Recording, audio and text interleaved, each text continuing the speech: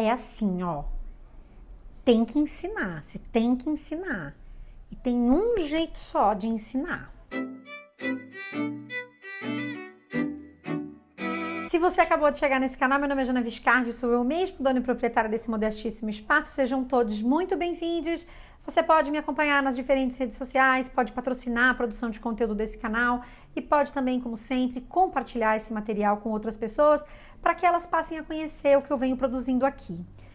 Hoje eu quero falar com vocês sobre uma questão que tem sido uma pulguinha atrás da orelha para mim e é um papo que é quase que um ensaio, digamos assim. É algo que eu venho estudando e pensando e que não tem uma resposta final pronta.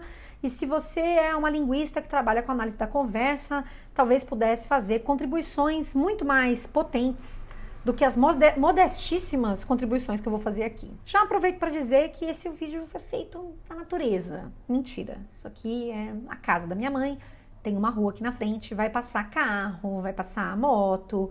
Eu tentei diminuir essa catástrofe sonora, mas é provável que a gente não dê conta de tudo. Então, oremos para que dê certo, não é mesmo? Muito bem, vamos lá. Do que eu tô falando, né? Eu falei desse ensinar. Eu tenho visto muito corriqueiramente as pessoas dizendo assim: ai, fulano não sabia que estava sendo racista, mas ao invés de as pessoas serem hostis, ele deveria ter sido ensinado, a fulana deveria ter ensinado o ciclano por que ele estava sendo machista. As pessoas são muito reativas, elas são hostis, isso não deveria acontecer assim. E isso me chama a atenção para um entendimento que eu vou chamar aqui de idealizado, que as pessoas têm de uma conversa. Como se uma conversa fosse algo fixo, homogêneo e pasteurizado, em que, a partir do momento que a pessoa se propõe a ensinar alguém que tem uma postura racista, machista ou homofóbica, sei lá, LGBTQIA-fóbica, como se isso se resolvesse porque prontamente a pessoa que teve uma postura desse tipo vai responder positivamente, acolhendo as críticas que são feitas, e que essa pessoa que está fazendo a crítica e trazendo o tal do ensinamento vai também manter o mesmo tom de voz, o mesmo número de pausas, os mesmos gestos e olhares para esse indivíduo, quando na verdade o mundo não é assim. E a base para a gente ter essa conversa é a análise da conversa. E o que é a análise da conversa? A análise da conversa é uma área da linguística que se dedica a estudar conversas, que se dedica a estudar a fala em interação. Essa área de estudos, que ainda vem para minha série de vídeos do que vai ser retomada em maio, ela é uma área que vem da sociologia, que traz elementos da sociologia, justamente para tentar entender como é que eu e você, quando estamos presencialmente ou num bate-papo numa rede social, interagimos. Como é que fazemos o que fazemos nesse momento online, digamos assim. Não online, mas no momento presente, no momento em que uma interação se dá. Os estudiosos da análise da conversa, eles vão se concentrar em olhar para muitas diferentes coisas. É possível olhar para os gestos que estão sendo produzidos ao longo de uma interação. É possível ficar atento para as pausas que são reproduzidos ao longo dessa conversa. O gesto, o olhar, os olhares, para onde estão direcionados os olhares, os movimentos de corpo, para além também da entonação, se há sobreposições de fala ou falas que acontecem exatamente uma depois da outra. Ou seja, há muitos elementos que podem ser considerados no momento em que você decide fazer análise de uma fala em interação. Eu deixo aqui embaixo estudos para você conhecer um pouco mais dessa área tão interessante, mas quando eu escolhi trazê-la para essa conversa é porque me chama a atenção esse lugar de imaginar que o simples fato de ensinar ou supostamente se propor a ensinar alguém alguma coisa resolve o conflito.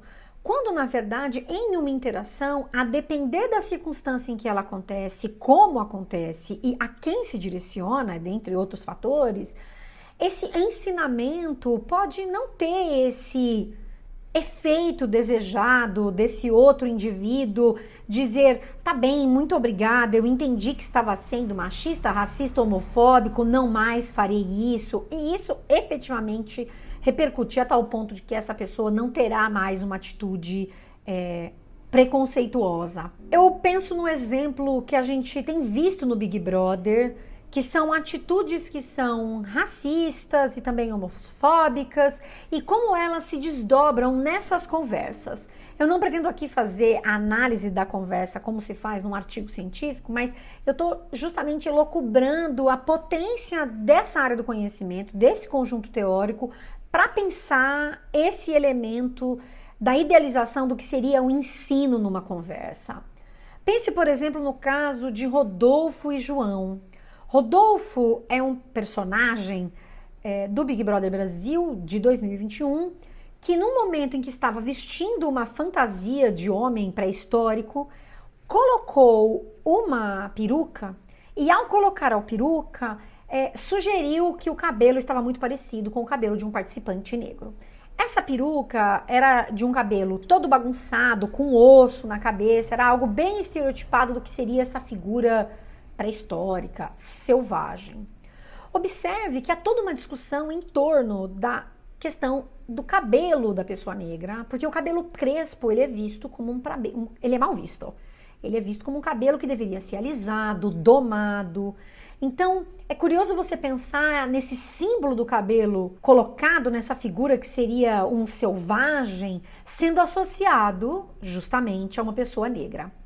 Nessa conversa, esses elementos todos eles não estão diretamente enunciados, ditos, mas eles aparecem quando esse sujeito faz a associação de um cabelo desgrenhado e selvagem a uma pessoa negra que está participando do programa e que está diante dela, ajudando ela a se vestir ali. Foi o que aconteceu com Rodolfo e essa outra figura que é João. Naquela circunstância, João ele não reagiu de imediato, o que é, inclusive, uma característica das interações face a face. Você não necessariamente vai reagir de pronto e vai ter uma resposta pronta para dar no exato instante em que isso acontece. Porque há uma série de elementos que compõem essa fala em interação, que tem a ver com, inclusive, você tentar manter a sua própria face, de você não entrar em desacordo com este outro, de você não entrar em conflito, você faz uma série de análises enquanto a fala acontece, mesmo que você não se dê conta delas, e muitas vezes você não é capaz de reagir imediatamente. Foi isso que aconteceu, e a reação do João acontece dias depois, durante uma atividade do programa, em que ele dá uma seta de mau jogador, ou seja lá o que for, para essa figura, o Rodolfo, dizendo que ficou muito incomodado com a brincadeira que tinha sido feita dias antes. Essa interação, a continuidade dessa interação, é essa figura que está sendo confrontada diretamente. Então, a abertura dessa conversa é uma abertura conflituosa no dia desse jogo. A reação de Rodolfo, que foi quem fez essa, entre aspas, brincadeira, foi inclusive de dizer, mas não, veja, é mesmo parecido o cabelo, então de manter a mesma dinâmica, enquanto, mesmo tendo essa figura que foi João, dito na sua fala, que tinha sido uma fala que tinha incomodado muito, que ele não é aquela figura. Então, embora tenha trazido este elemento para sua primeira fala, João teve como retorno o reforço da mesma coisa que Rodolfo já tinha dito dias antes. Essa fala se desenrola, tem muitos personagens envolvidos ali no meio, e eu não vou ficar descrevendo toda ela, mas eu chamo a atenção para a gente pensar em como é que essas conversas difíceis, entre aspas, ou conversas conflituosas, têm prosseguimento. Porque enquanto você assiste a conversa, você provavelmente vai dizer, nossa, como o João foi agressivo. Muita gente vai dizer isso. Mas essas pessoas ignoram a trajetória para se chegar naquele momento. E também acabam colocando o seu foco em pensar a postura de João, como se ele devesse ser a figura que ensina. As pessoas deixam de atentar, por exemplo, ao fato de que Rodolfo segue dizendo a mesma coisa. E ele, em outros momentos do jogo, tinha dito que estava ali para aprender. E embora tivesse sido colocado a ele à disposição um conhecimento, algo novo, da experiência de alguém que revela e diz, isso não é uma coisa bacana, ele insiste em dizer a mesma coisa.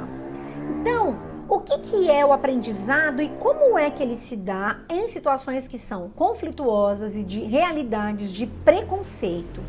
E para onde é que nós olhamos quando essas situações acontecem? E qual é o nosso foco? Para quem nós damos o benefício da dúvida e para quem nós direcionamos a nossa crítica quando conversas conflituosas e preconceituosas são levadas a cabo por duas ou mais pessoas? A gente não pode esquecer que uma interação, e isso vem da análise da conversa, uma fala, ela tá ali pela sequencialidade. Então, você não fica pensando nisso o tempo inteiro, mas você, enquanto conversa com outra pessoa, está participando desse elemento organizado que é uma conversa e que tem justamente essa sequencialidade. A sua resposta tem a ver com aquilo que foi dito anteriormente, que tem a ver com o que foi dito anteriormente. Então é algo que acontece realmente ao vivo ali, sem tanto, em especial essas conversas que não são roteirizadas, ou que são menos roteirizadas, em que a sua reação e a sua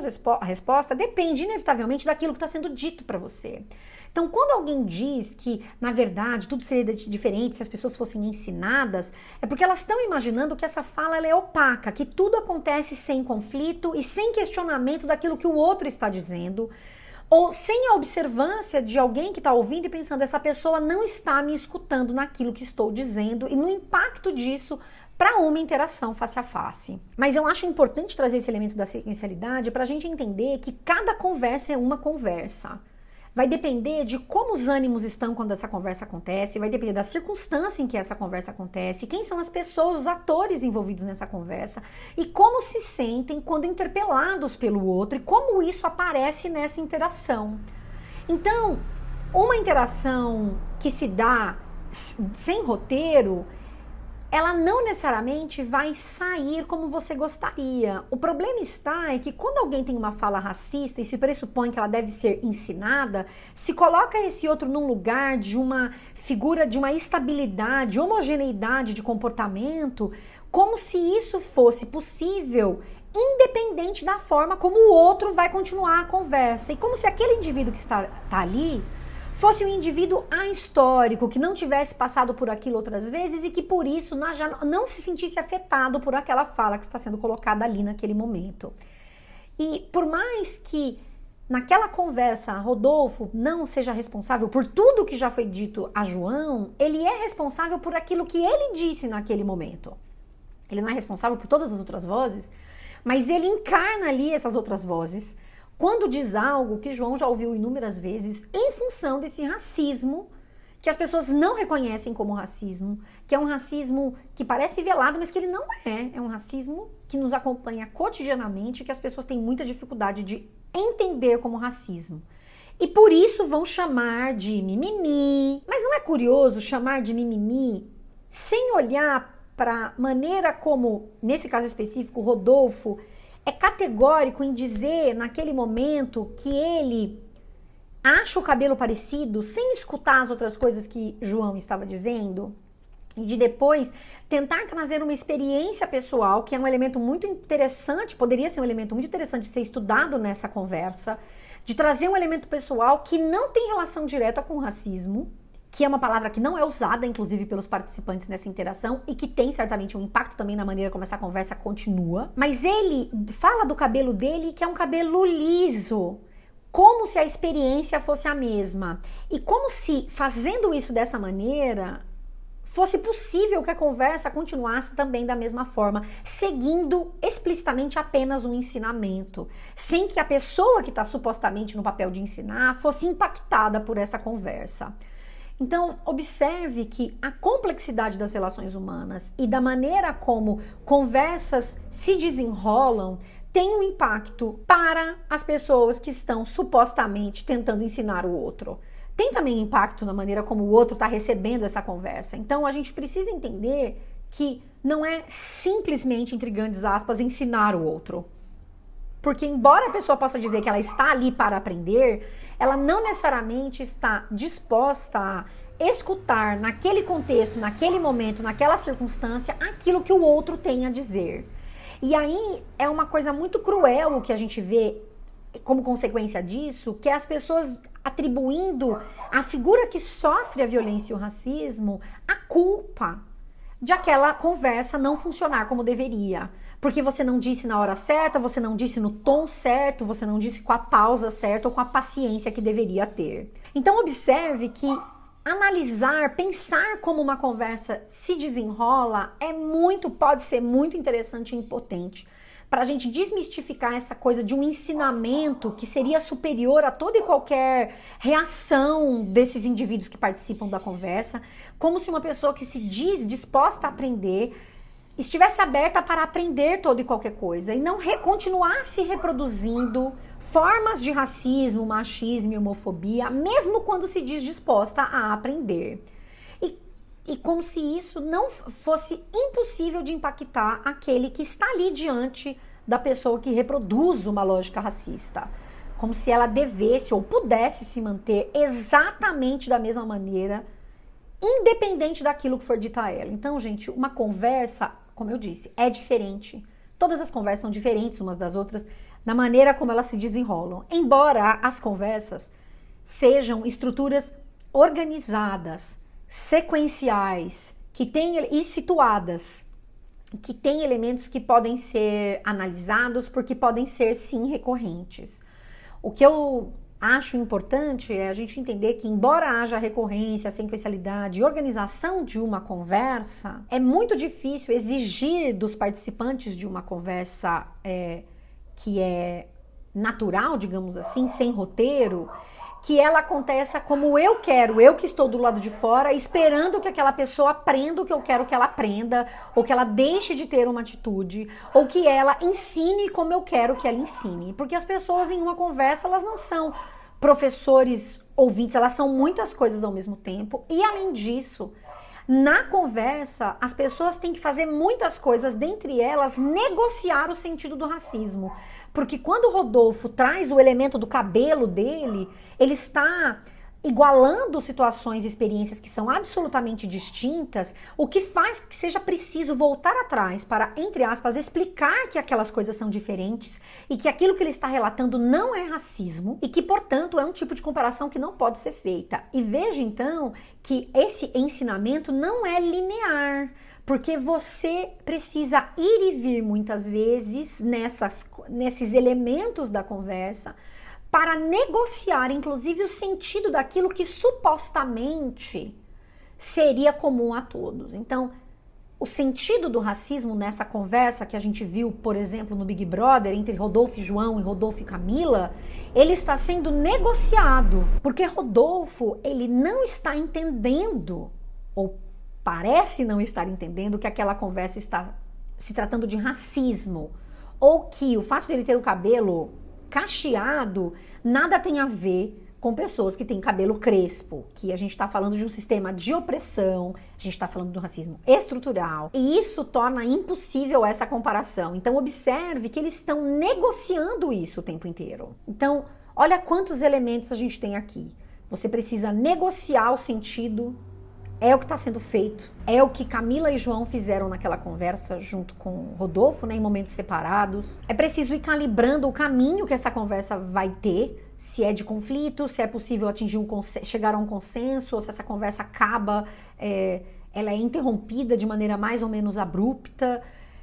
Então veja, há muitos elementos que compõem uma conversa. Eles não podem ser ignorados, e se não são ignorados, você não teria essa ideia simplista, eu vou chamar aqui de simplista e ingênua, de que, entre aspas, basta ensinar, nesse lugar idealizado de que uma conversa resolveria tudo, considerando a conversa como esse lugar pasteurizado e homogêneo, inclusive em relação às posições que as pessoas ocupam nessa conversa.